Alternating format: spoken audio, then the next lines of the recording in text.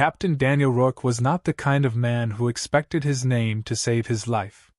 In fact, on the night his ship was boarded and overrun by a squad of armored alien soldiers, he was pretty sure his name would be chiseled onto a gravestone somewhere in a quiet military cemetery back on Earth. He had only seconds to think about it, though, because the first thing the Zirith Collective did after stunning his crew and dragging him to the deck was yank the silver tags from around his neck. The aliens were towering, four-armed brutes with helmets that hissed steam, and yet when the leader read the inscription on those tags aloud in its deep metallic growl, silence filled the entire bay.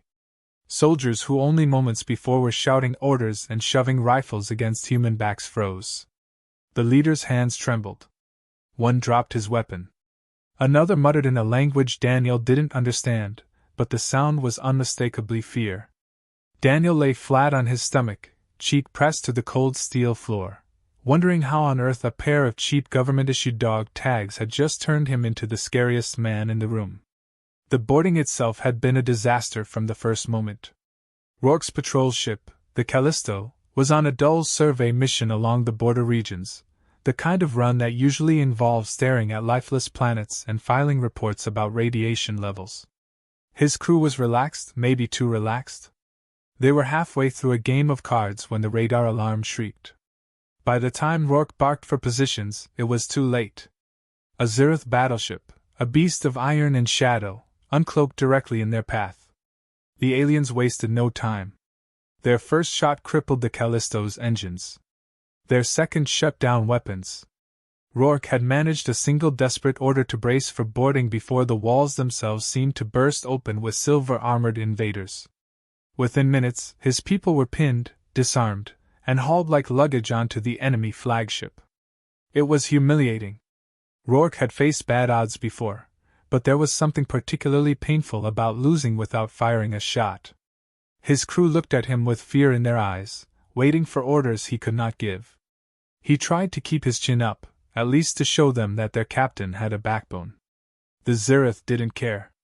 They shoved him forward, separating him from the others, chains clamping onto his wrists. For a moment, Daniel thought he was about to be marched into an interrogation chamber, tortured for codes or military secrets. Instead, they reached for his chest, pulled free the chain around his neck, and lifted the small metal tags into the harsh overhead light. That was when the mood shifted.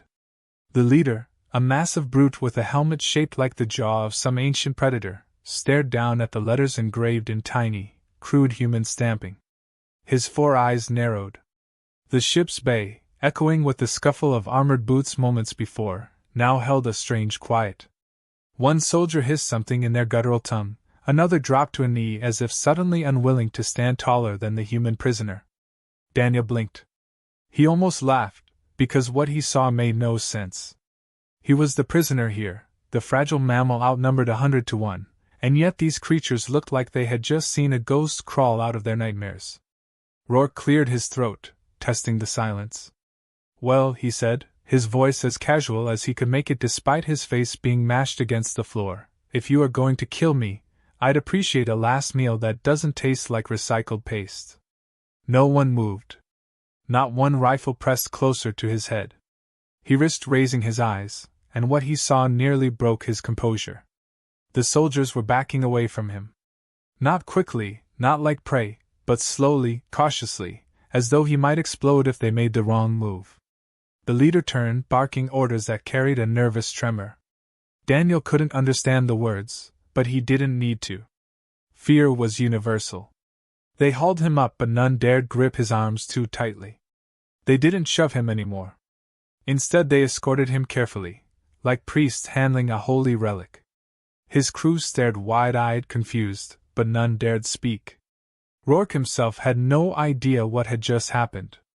He knew only this: something about his name on those dog tags had shifted him from expendable prisoner to something altogether different. It was absurd, it was surreal, and yet he wasn't about to argue.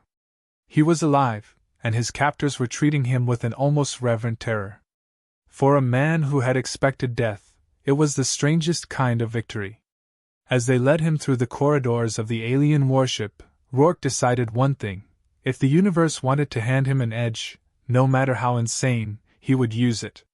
He had no clue why the Zirith feared his name, but until he understood, he would play along. He squared his shoulders, forced a slow smile, and let them see what they wanted to see. A dangerous man. A legendary foe. The monster written on his tags. Whatever they believed, he would let it keep his crew breathing another day. And deep inside, beneath the sarcasm and bravado, Captain Daniel Rourke wondered in a shiver of dread what in the galaxy his name truly meant to them. Would you like me to continue Chapter 1 to reach the full 1,000 words in a steady build-up with the interrogation and whispering scene, or should I move on directly to draft Chapter 2 once this chapter is complete? They put him in a room that had no right to be called a cell. The floor was springy like moss, the walls softened their edges as if not to offend the eye, and a faint music of air moved through vents that smelled like citrus and rain. 2 guards stood by the door in the stiff way of soldiers who could not decide whether to salute or flee. A low table slid up from the floor with a hum, then blossomed with dishes that looked like someone had read a description of human food and then hired a poet to translate it. Rourke recognized none of it. There were spirals that steamed and cubes that glowed and a soup that changed color when he blinked. He said he was allergic to glowing things and they rushed to cover the cubes with a lid. The smaller guard flustered, then apologized through a translator bead that hovered by Rourke like a worried firefly. He decided if fear would keep them polite, then he would let fear do the heavy lifting and save his sarcasm for seasoning. He tried to eat slowly because it made him look calm, and because he wanted time to think. Somewhere in this impossible flagship his crew waited behind sealed doors, and that thought pressed under his ribs like a stone. He pictured faces and names and the way they always looked at him for answers. The odd luxury of this room was a joke, and he did not laugh. He watched the guards instead. The tall one had the stillness of a blade. The shorter one kept glancing at the dog tags now folded on the table like a talisman he did not dare touch. Rourke asked for water and a spout rose from the table as if the ship had been listening to his thoughts. He took a long drink, set the cup down, and asked why his name had turned a boarding party into a choir of ghosts. The guards traded a glance as if the question itself might explode. Then the door sighed and a new figure entered with the quiet confidence of rank. The newcomer wore armor traced with pale markings, not the hard angles of a warrior but the measured geometry of someone who measured history for a living. She introduced herself as Scholar of War, which Rourke decided was both a title and a warning. The translator bead gave her voice a steady cadence, almost musical. She said the collective had few stories about humans and most were unsentimental. Then her gaze dropped to the dog tags. That name, she said, changed arithmetic. They had records, fractured and incomplete, of a human who bore that name. Not this face, not this century, but the syllables the same. The old chronicles called him the one who unmade fleets. She paused as if testing the room for vibrations, and then she admitted that the Zirith had a word they whispered when brave soldiers wanted to feel like children again. They said Rourke. He swallowed and felt dryness return to his mouth despite the water. The scholar watched him like a scientist watches a specimen that has begun to sing. He told her he was no myth, only a captain who lost a card game to fate, and that if her people were seeking a monster they had boarded the wrong ship. She listened and did not disagree, but explained that stories did not ask permission before they entered a room. She said there was more. In their oldest vaults there lay a prophecy carved on a metal that survived fire and vacuum. The words were faded and the meanings argued over for generations, but the bones were simple enough. When the sky delivered a man bearing the name that ended wars, the Zirith would either be spared by his mercy or erased by his return. Rourke felt the room tilt and right itself again. He wondered whether mercy had ever liked being used as a military strategy. The shorter guard looked as if he wanted to be anywhere else. He kept one hand near his holster, and the other near his chest where a charm hung beneath the armor plates. Rourke asked if his crew were alive. The scholar said that the High Commander had decreed their safety for now, and the words for now did not soothe him at all. He asked if they were being fed or questioned or ushered toward an airlock. She assured him that none would be harmed while the High Commander decided what to do. That answer tasted like the colorful soup, and he did not trust either. He asked to see them, and the scholar said perhaps later, which meant no. He tried to force laughter into the room because silence kept growing teeth. He said the prophecy sounded inconvenient for everyone and that if the High Commander planned to hedge his bets by pampering the guests while keeping a knife ready under the table, then the High Commander was a student of common sense. The tall guard said the High Commander had no need of knives when Fleets answered to him. The scholar sent the tall guard a glance, and the tall guard fell quiet. She turned back to Rourke and asked whether his people named children for ancestors. He said sometimes, if the ancestor was famous or infamous or left a decent set of silverware. She asked whether his line carried any record of a fighter whose shadow could frighten soldiers centuries later. He told her his family tree looked like a forest of fishermen and schoolteachers with a few petty criminals to lend color. She frowned as if disappointed by the ordinary, and then she asked if he would consent to have the tags tested. He said the tags were cheap stamped metal, and the only thing they would reveal was that his government liked to save money. She said sometimes cheap things carried old ghosts. He felt the pressure of the ship around him, a metal whale gliding through nothing while its stomach argued with myth. He set his palms on the table and leaned forward, pretending he belonged inside the quiet. He asked what stories the Zirith told themselves about this old Rourke. The scholar said there were legends of a battle at the rim of a nebula where time did tricks. There was a human ship that did not flee and a captain who did not lose. The Zirith recorded losses that did not make sense. Entire wings vanished as if written in chalk and wiped away by a sudden rain. For a century, the story became a lullaby told to children to make them proud of their warriors, a promise that even monsters could be outlasted with discipline. Then someone found the prophecy, and the lullaby became a knife that cut both ways. Some believed the name would return to honor a new alliance that would keep both peoples safe from other threats. Others believed the name would return like an unpaid debt. Captain Rourke expected a cell lined with iron bars and chains, but instead he awoke the next morning to the sound of music drifting from the walls, soft and strangely cheerful, as if the flagship itself was trying to soothe him awake. The moss-like floor flexed under his boots when he stood, and the walls rippled slightly to form a doorway that had not been there the night before. Beyond the threshold stretched a corridor lined with glowing panels that pulsed like veins. The guards were still there, the tall one silent and stone-faced, the shorter one, Kesh, looking less hostile than the day before. But they did not prod him forward with weapons or bind his wrists. Instead they motioned politely, almost nervously, for him to follow. This was captivity, yes, but it was captivity dressed in velvet robes instead of iron chains. For a man who had grown used to grimy mess halls and bunk beds, it felt more like a cruel joke than kindness. They led him to a chamber larger than his patrol ship's entire crew quarters. The ceiling shimmered with holographic stars, and a pool of clear water ran through the middle as if the designers had been trying to imitate some alien luxury resort. A table rose again from the ground, but this time the food laid out resembled human meals in uncanny imitation, as though the cooks had skimmed human archives. The eggs were too bright, the toast gleamed like polished wood, and the coffee tasted faintly of pepper. Rourke sat, stared at the plate, and laughed. He told them if they were trying to make him comfortable, they had missed the mark but deserved points for effort. Kesh shifted his weight and muttered something about tradition, which the translator Bede caught and delivered as, "Hospitality for omens is a law older than war." The tall guard did not so much as blink. Rourke realized then that the Zirith were not united in their view of him. He saw it in the way Kesh looked at him with wary respect, as though he believed in the prophecy and wanted to please the legend, and in the way the tall guard glared at him with thinly veiled contempt, as though every breath the human drew was an insult to order. Later that day, the fracture grew more obvious. The High Commander summoned him to a hall filled with officers whose armor shone under cold blue lights. They lined the walls like statues, their rifles holstered but close at hand. The commander sat on a raised platform, his massive frame encased in ornate plating that hummed faintly with embedded energy. At his gesture, Rourke was brought forward. The room stank of division, though it was masked beneath the silence of trained soldiers.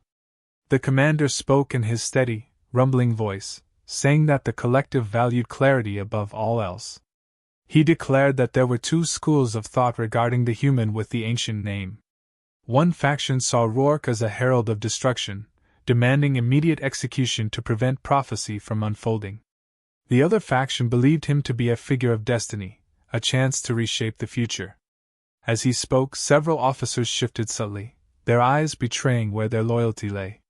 Rourke could feel the weight of their stares, half murderous, half worshipful, and every bit of it dangerous.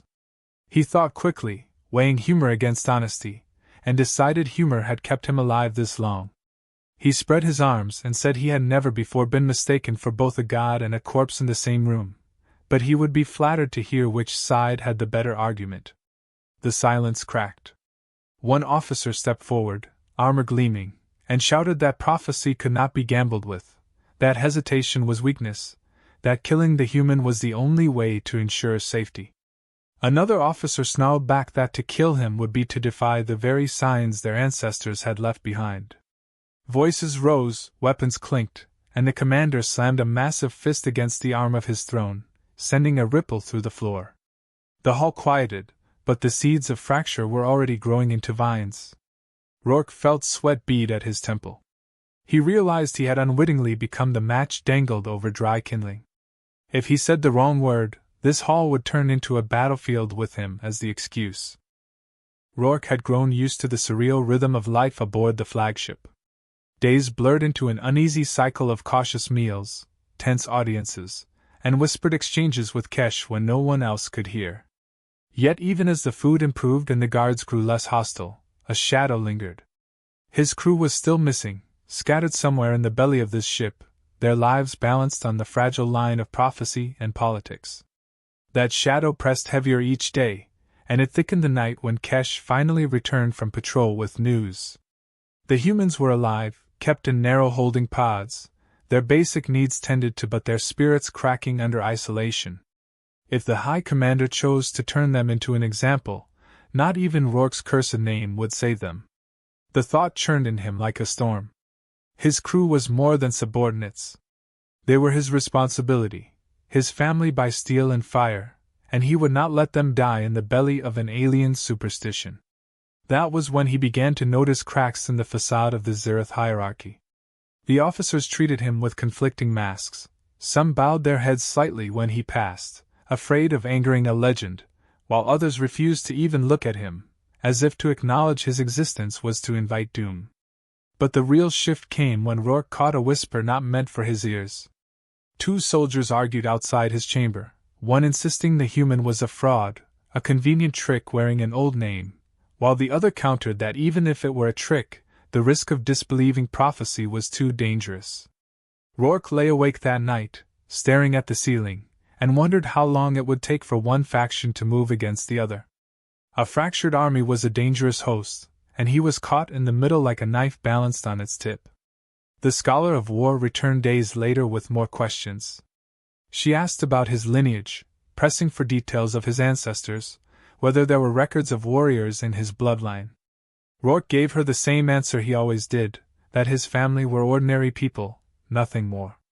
But she did not relent. She produced a scroll of holographic symbols, fragments of the prophecy recorded long ago, and traced her fingers over one particular section. The name Rourke had appeared not once, but 3 times, in different contexts, all tied to destruction and renewal. She asked him directly whether he believed himself destined. He laughed in her face and told her destiny was a word used by leaders to excuse bad planning. Yet inside, a knot twisted. What if there was truth to it? What if some long-forgotten ancestor had carved terror into the stars? He hated how the doubt made his hands shake when the room was quiet. The conspiracy came to light sooner than he expected. Kesh burst into his quarters one evening, panting, his usually calm features strained. He whispered quickly that the High Commander planned to turn the crew into leverage, framing Rourke as a fraud. The commander would reveal the humans to the fleet, accuse their captain of lying about his lineage, and execute the crew as proof that no prophecy protected them. In doing so, the commander would reclaim control of the narrative, casting Rourke as a powerless impostor and consolidating authority over the divided factions. Rourke clenched his fists until the shard of metal he kept hidden bit into his palm. The thought of his people dying to prop up an alien ruler's ego filled him with a fire he had not felt in years. He told Kesh that they would not die for a lie, not while he could still speak. Rumors moved through the flagship like sparks in dry grass. After the spectacle in the Great Hall, squads began asking for new postings, sergeants argued with lieutenants in mess corridors, and in the barracks soldiers traded quiet oaths to protect the name, or to end it before it ended them. Rourke felt it in the way the ship breathed, the way bulkheads seemed to carry voices with an extra tremor. Kesh slipped in and out of his chamber with maps etched on thin slates and scraps of overheard orders, and they spoke in low tones while the mossy floor cushioned their steps. The scholar visited with an air of worry that did not suit her composure. She said the High Commander would not wait much longer. Control fed on momentum, and he would try to seize it back with a clean strike. Rourke nodded and answered that nothing about this situation would be clean again. He wished he could find a way to fix everything with a single sentence. Instead, he accepted that today would require many sentences, spoken with a confidence he did not feel. He began with a demand that sounded like mercy dressed as arrogance. He requested a formal procession to visit the human prisoners, calling it a right of protection to ensure the prophecy stayed on its gentle path.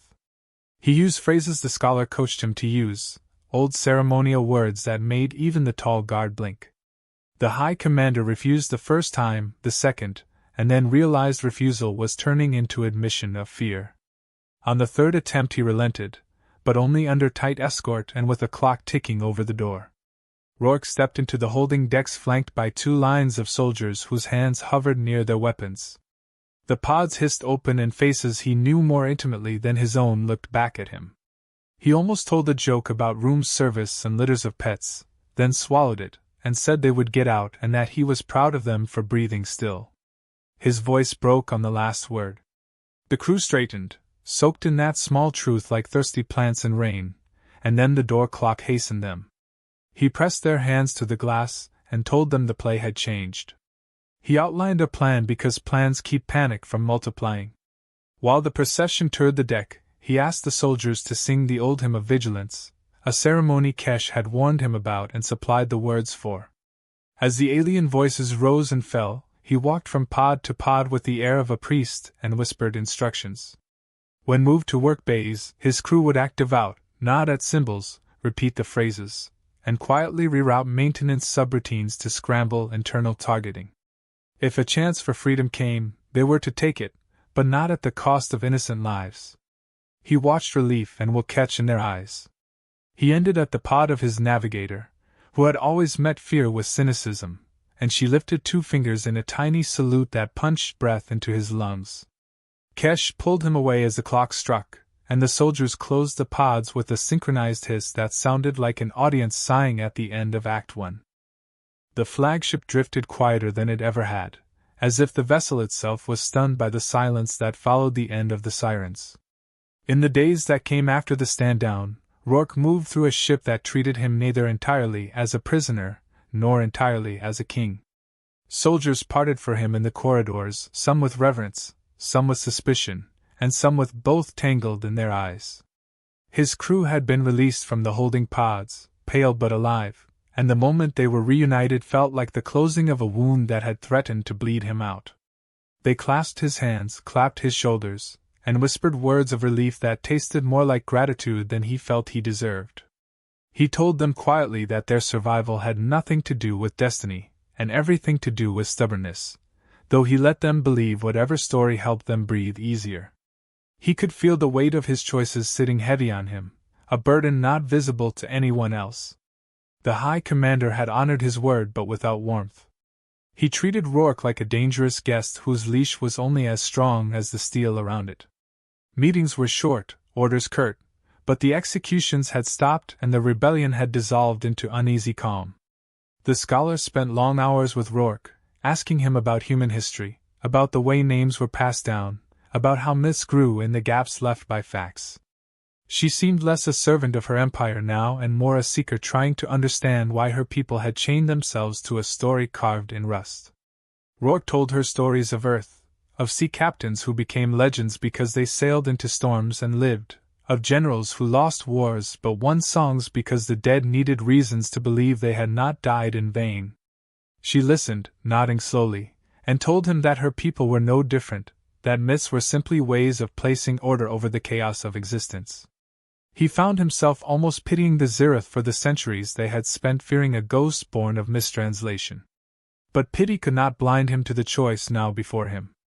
Kesh pressed him one evening when they walked the observation deck, the stars spilling endless through the transparent walls.